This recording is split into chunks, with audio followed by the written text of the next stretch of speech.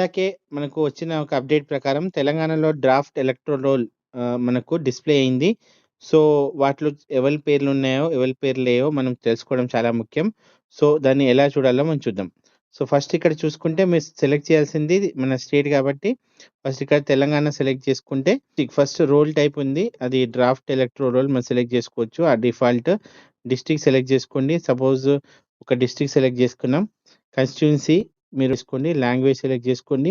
తర్వాత ఇంపార్టెంట్ విషయం ఇక్కడ మీకు క్యాప్చా వస్తుంది. ఎంటర్ చేసుకున్న తర్వాత మీకు సంబంధించిన పార్ట్ నంబర్ ఎంటర్ చేస్తే మీకు సంబంధించిన పార్ట్ నంబర్ వచ్చేస్తుంది.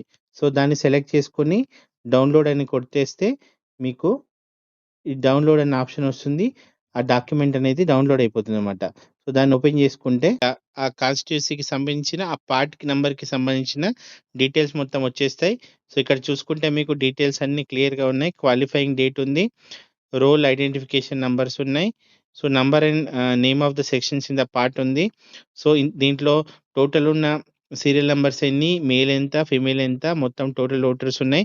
సో, ఇక్కడ మంచి విషయం ఏందంటే మీకు నక్షా గూడా ఉంది. అంటే క్లియర్ మ్యాప్ ఉంది. గూగుల్ మ్యాప్ వ్యూ ఉంది. Polling station building front view ఉంది. Polling station front view photos ఉన్నాయి. మొత్తం డీటెయిలింగ్ తీసుకొని ఇక్కడ నేమ్ స్టార్ట్ అయ్యాయన్నమాట. సో, మీరు ఫస్ట్ నుంచి పేర్లు చూసుకుంటే వాళ్ళ పేర్లు name, husband name, household number ఇలా అన్ని డీటెయిల్స్ ఉన్నాయి. సో, ఇవన్నీ మీరు చూసుకుంటే సో, మీకు మీ పేరు దీంట్లో ఉందా లేదా తెలుసుకోవచ్చనమాట. సో, ఇది చాలా ఇంపార్టెంట్. ఎందుకంటే డ్రాఫ్ట్ ఎలక్టోరల్ రోల్‌లో మన పేరు రావడం అనేది చాలా ఇంపార్టెంట్. లిస్ట్‌లో పేరు రానంత మాత్రాన ఇక్కడ పానిక్ అవ్వాల్సిన అవసరం ఏం లేదు. సో, ఎవరికైనా నోటీస్ వస్తే గూడా వాళ్ళు కన్సర్న్ BLO ద్వారా వెరిఫై చేసుకోవచ్చు.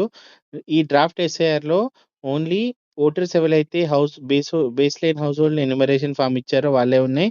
న్యూ అప్లికేషన్ ఫార్మ్ 6 ఎవరైతే సబ్మిట్ చేశారో వాళ్ళవి దీంట్లో ఉండవు గానీ, వాళ్ళవి డైరెక్ట్‌గా మనకు ఫైనల్ ఎలక్టోరల్‌లో వస్తాయి గాబట్టి, సో, ఎవరైనా దీంట్లో పేరు రాకపోతే పానిక్ అవ్వాల్సిన అవసరం లేదు. నోటీస్‌లకి BLO ద్వారా సంప్రదిస్తే సరిపోతుంది.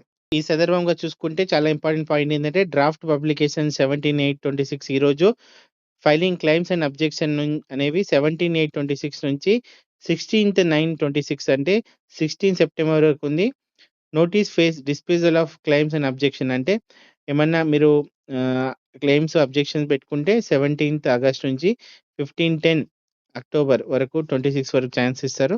సో, ఫైనల్ పబ్లికేషన్ అనేది 19/10/26కి వస్తుంది కాబట్టి సో, ఇంకా పేరు రాని వాళ్ళు ఇక్కడ పానిక్ అవ్వాల్సిన అవసరం లేదు. ఇంకా కొంతమంది ఎవరైతే పేరు చూసుకోవాలనుకుంటున్నారో నేను చెప్పిన ప్రొసీజర్ ఫాలో అవ్వండి.